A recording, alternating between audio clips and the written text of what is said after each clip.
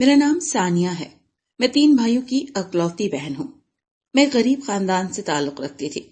ہم غریب تھے مگر حال میں خوش تھے۔ ہم نے کبھی اپنی چادر سے باہر پیر پھیلانے کی کوشش ہی نہیں کی تھی۔ ہماری خوشیاں چھوٹی چھوٹی تھی۔ رات کو صحن میں ٹی وی رکھ کر 8 بجے کا ڈرامہ دیکھنا ہمارے لیے بہت بڑی خوشی تھی۔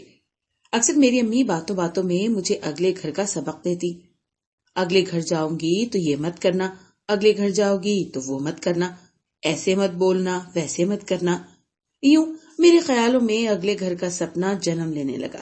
میں ننھے ننھے خواب بننے لگی۔ میرا اگلا گھر کیسا ہوگا، میرا شوہر کیسا ہوگا، خیالوں ہی خیالوں میں اکثر کسی اور ہی دنیا میں پہنچ جاتی، جب سب کچھ اچھا اور میری مرضی کا ہوگا۔ مگر غریب گھر کی بیری پر پتھر بھی نہیں آتے۔ تھوڑا تھوڑا کر کے میری ماں میرے بچپن سے ہی جہیز جمع کر رہی تھی۔ اب میں بھی ہاتھ بٹاتی تھی۔ جب میری عمر 25 سے اوپر کی ہو گئی تو مجھے اپنے ماں باپ کے چہروں پر فکر کے سائے نظر آنے لگے۔ آس اور امید کے سہارے زندگی کے دن گزر رہے تھے۔ میرے ماں باپ کے چہرے بوڑھے اور کاندھے کمزور ہو رہے تھے۔ غربت اور جوان بیٹی دونوں بوجھ ایسے تھے جنہوں نے میرے ماں باپ کو وقت سے پہلے ہی بوڑھا کر دیا تھا۔ آخرکار 28 سال کی عمر میں میرے لیے پہلا رشتہ آیا تو میرے ماں باپ کے بوڑھے چہرے کھل اٹھے۔ خاور اپنی ماں کی اکلوتی اولاد تھا۔ ان کا اپنا گھر تھا۔ والد حیات نہ تھے اور خاور نے گھر کے ہی ایک کمرے میں کریانے کی دکان کھول رکھی تھی۔ یہ رشتہ جیسے میرے ماں باپ کے لیے زندگی کی نوید تھا۔ وہ اس رشتے پر جی جان سے خوش تھے۔ خاور کی ماں نے مجھے پسند کر لیا اور یوں ہمارا رشتہ طے ہو گیا۔ 2 ماہ بعد سادگی سے رخصتی ہو گئی، کیونکہ ہم غریب تھے اور خاور کی بساط بھی اتنی زیادہ نہ تھی، مگر میں خوش تھی۔ میرا گھر میرا ہمسفر جیسا بھی تھا مجھے دل سے قبول تھا۔ خاور بہت اچھا انسان تھا، مجھ سے بہت محبت کرتا تھا، سادہ اور صاف دل کا مالک۔ مگر خاور کی ماں ذرا عجیب طبیعت کی مالک تھی۔ وہ ہم دونوں سے الگ تھلگ اپنے کمرے میں ہی رہنا پسند کرتی تھی۔ کچھ لالچی قسم کی عورت تھی۔ اچھا پہنتی اور اچھا کھاتی، چاہے کسی دوسرے کو ملے یا نہ ملے۔ میں ان کی طرف زیادہ توجہ نہ دیتی کہ وہ جیسی چاہیں رہیں، مجھے اس سے کیا، اور نہ کبھی خاور سے ذکر کیا کہ اس کی ماں ہے، کہیں برا ہی نہ منا جائے۔ شادی کی 1 ماہ بعد ہی میں امید سے ہو گئی۔ میں اور خاور بہت خوش تھے۔ میں امی کے گھر گئی۔ ان کو خوشخبری سناتے ہی ہم نے مٹھائی بھی خریدی۔ امی ابو کو پتہ چلا تو وہ بھی خوشی سے نہال ہو گئے۔ امی نے آتے ہی خاور سے کہا کہ وہ اب میری صحت کا خیال رکھے اور مجھے کہا کہ اب آئے روز ادھر ادھر کے چکر نہ لگانا، ٹک کر اپنے گھر بیٹھنا۔ ہم دونوں نے مسکراتے ہوئے ان سے اجازت لی۔ میری طبیعت بہت الجھی اور بیزار سی رہتی تھی۔ میں نے بڑی مشکل سے ایک ایک کر کے یہ دن کاٹے۔ خاور ہر روز میرا حوصلہ بڑھاتے کہ ہمت سے کام لو، بس چند دن اور ہیں، پھر تم امی جان اور میں ابو جان بن جائیں گے۔ ہم دونوں اس کی اس بات پر ہنس دیتے تھے۔ آخر یہ دن بھی کٹ گئے۔ میری ڈیلیوری کا دن آن پہنچا۔ متوسط طبقے کی طرح میری ڈیلیوری بھی گھر میں ہی ہوئی۔ میری ساس جمیلہ خالہ کو بلا لائی۔ جمیلہ خالہ ہمارے محلے کی دائی تھی۔ زیادہ تر وہی بچوں کی پیدائش کرواتی تھی۔ اگر کوئی ایسا کیس ہوتا جو دائی سے نہ قابو ہوتا تو اسے اسپتال لے جایا جاتا، ورنہ بچوں کی پیدائش گھر میں ہی کروا دی جاتی تھی۔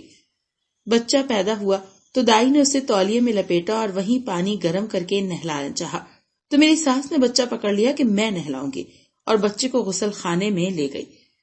دائی خالہ جمیلہ بھی ساتھ ہی چلی گئی۔ کچھ دیر بعد وہ دونوں بچے کو نہلا کر آئیں۔ میرا بیٹا بہت خوبصورت تھا۔ خاور نے اس کا نام احمد رکھا۔ امی ابو احمد کے لیے کپڑے اور مٹھائی لائے۔ اب ہم دونوں کی نظروں کا محور صرف احمد تھا۔ احمد سے ہمارا دن شروع ہوتا اور احمد پر ہی ختم ہو جاتا۔ میری ساس احمد کی پیدائش کے دوسرے ہی دن کہیں چلی گئی، یہ کہہ کر کہ وہ اپنی ایک دور کی عزیز کو ملنے جا رہی ہیں۔ جب وہ واپس آئیں تو چیزوں سے لدی پھتی تھی۔ یہ ان کی عزیزہ نے دیے تھے۔ خاور اور میرے لیے کپڑے، بچے کے لیے چیزیں اور بہت کچھ تھا۔ مجھے اپنی ساس کی کچھ حرکتیں عجیب اور مشکوک لگیں۔ میں نے اپنی امی سے ذکر کیا تو انہوں نے مجھے فوراً ڈانٹ کر چپ کروا دیا کہ خبردار، ایسی بات منہ سے نکالنا بھی مت، خاور کو پتہ چلا تو وہ برا منائے گا۔ احمد 8 ماہ کا ہوا تو میں نے اس میں ایک عجیب سی بات نوٹ کی۔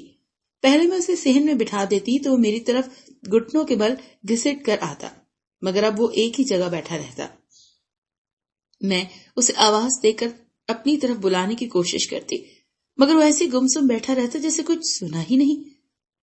میں پہل تو ڈر گئی۔ مجھے ایسا لگا کہ احمد کو شاید ٹھیک طرح سنائی نہیں دیتا۔ میں نے اس بات کا ذکر خاور سے کیا، پہلے تو انہوں نے میری بات پر دھیان نہیں دیا، مگر پھر جو ہی غور کیا تو انہیں کہنے لگے کہ واقعی احمد کوئی رسپانس نہیں کرتا، وہ چپ چاپ ایک جگہ بیٹھا رہتا ہے۔ ہم اسی دن احمد کو لے کر ڈاکٹر کے پاس گئے تو ڈاکٹر نے ہمیں ایک روح فرسا خبر سنائی کہ احمد کو سنائی تو ٹھیک دیتا ہے، احمد کو دکھائی ٹھیک نہیں دیتا۔ میری جان جیسے کسی نے مٹھی میں دبوچ لی ہو، میرا پھول سا بچہ ٹھیک سے دیکھ نہیں سکتا۔ اس خبر نے مجھے ادموا کر دیا، مگر میری ساس کو جیسے کوئی پرواہ ہی نہیں تھی۔ انہوں نے خاموشی سے یہ خبر سنی اور کوئی رد عمل ظاہر نہ کیا اور اپنے کمرے میں چلی گئی۔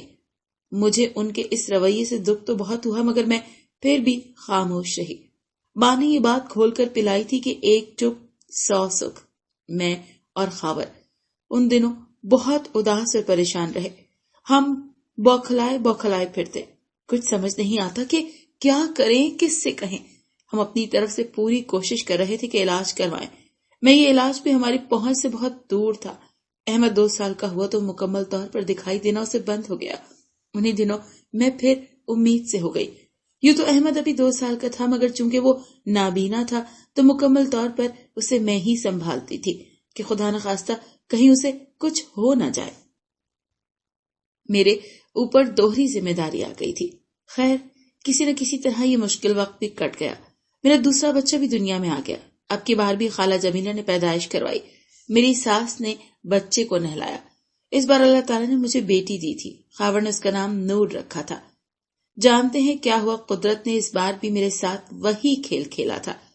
میری نور کی آنکھوں کا نور بھی کم تھا۔ 32 سال کی عمر میں 40 کی نظر آنے لگی۔ میں نے اکثر امی کے منہ سے ایک فقرہ سنا تھا کہ اولاد کا دکھ رب دشمن کو بھی نہ دکھائے۔ اولاد کا دکھ انسان کو وقت سے پہلے بوڑھا کر دیتا ہے، جیسے میں اور خاور ہو گئے تھے۔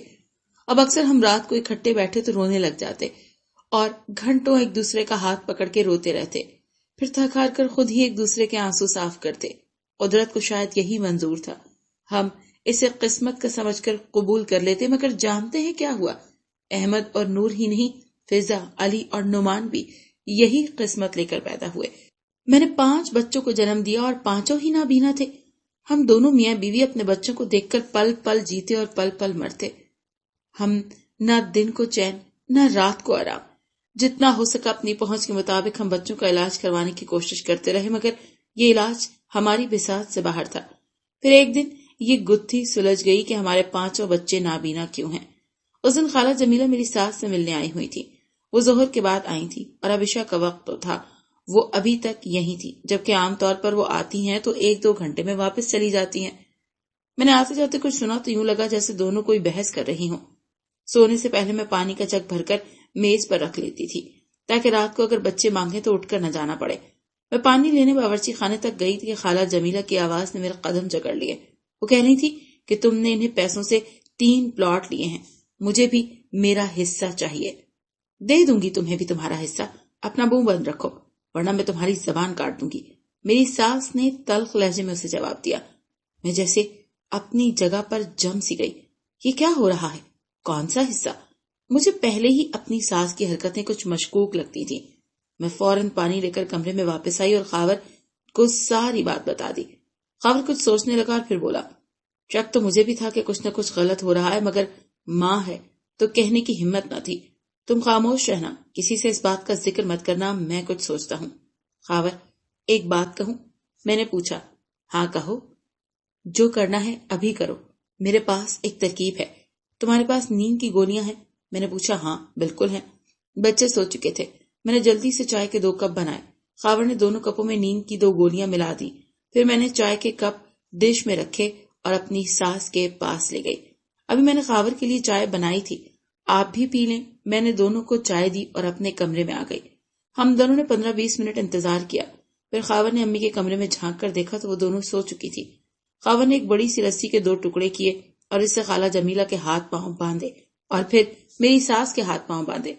ایک کپڑے کے 2 ٹکڑے کر کے ہم نے ان کے منہ میں بھی دے دیے تاکہ اگر وہ شور کرنے کی کوشش کریں تو کامیاب نہ ہو سکیں۔ پھر ہم دونوں نے مل کر خالہ جمیلہ کو اٹھایا، ہمارے کمرے میں لے گئے۔ خاور خالہ جمیلہ کے پاس اور میں اپنی ساس کے پاس تھی۔ ان دونوں کو اب ہلکا ہلکا ہوش آ رہا تھا۔ خاور نے کہا کہ میرے ساتھ پہلے خالہ جمیلہ سے پوچھتے ہیں۔ ہمارے گھر میں ایک بڑی سی کلہاڑی پڑی تھی. خاور نے وہی ہاتھ میں لے لی اور ہم خالہ جمیلہ کے پاس آ گئے. خاور نے خالہ کے کان کے پاس ہو کر کہا، خالہ میں نے تیری اور امی کی ساری باتیں سن لی ہیں. تیری بھلائی اسی میں ہے کہ تو مجھے سب کچھ سچ سچ بتا دے ورنہ. خاور نے کلہاڑی والا ہاتھ بلند کیا تو خالہ غون غون کرنے لگی. ثانیہ اس کے منہ سے کپڑا نکالو. خاور نے کہا تو میں نے خالہ کے منہ سے کپڑا نکال دیا. خالہ ایک بات یاد رکھنا، اگر تو نے ذرا بھی غلط بیانی سے کام لیا تو میں پولیس کو بلا لوں گا اور تجھے پولیس کے حوالے کر دوں گا. خاور کی دھمکی کام کر گئی. خالہ نے طوطے کی طرح سب کچھ بتا دیا، مگر جو بتایا اسے سن کر ہم دونوں کے آسان خطا ہو گئے. یہ 5 بچے ہماری اولاد ہی نہیں تھے. میری ساس نے خالہ جمیلہ کے ساتھ مل کر ہمارے بچے کسی امیر خاندان کو بیچ دیے تھے اور بدلے میں نہ صرف ان کے نابینا بچے ہمیں دے دیے بلکہ ایک ایک بچے کا 5-5 لاکھ روپیہ بھی وصول کیا. یہ سب سن کر ہمارے پیروں کے نیچے سے زمین نکل گئی. ایک ماں ایسا کیسے کر سکتی ہے؟ اتنی لالچی اور خود غرض کیسے ہو سکتی ہے کہ اپنے ہی بیٹے کی اولاد کو بیچ دے؟ اوف خدایا! تب خالہ جمیلہ نے ہمارے سروں پر ایک اور بم گرایا. اس نے بتایا کہ خاور بھی میری ساس کی سگی اولاد نہیں ہے. جب انہیں اولاد نہ ہوئی تو خالہ جمیلہ نے ہی خاور کو ایک بڑے اسپتال سے چرا کر دیا تھا. اس کے بعد آگے کے تمام مرحلے آسان ہوتے گئے. جب میری ساس کو پتہ چلا کہ جمیلہ نے زبان کھول دی ہے تو وہ بھی پولیس کے ڈر سے خاموش رہی.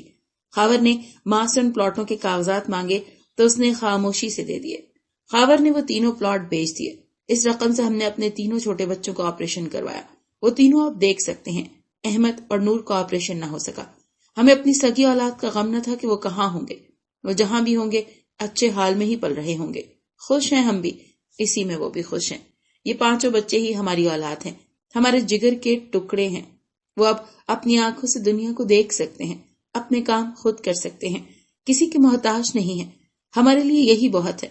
اس پر ہم خدا کا لاکھ لاکھ شکر ادا کرتے ہیں. خاور نے کہا کہ وہ اب اپنی ماں سے کسی قسم کا تعلق نہیں رکھنا چاہتا. اسے اپنی ماں سے تعلق قطع کر لیا. اسی گھر میں ایک اور کمرہ، ایک غسل خانہ بنوا کر ایک طرف خاور نے درمیان میں دیوار کروا لی. اب ہماری الگ دنیا ہے اور ہم اس میں بہت خوش ہیں.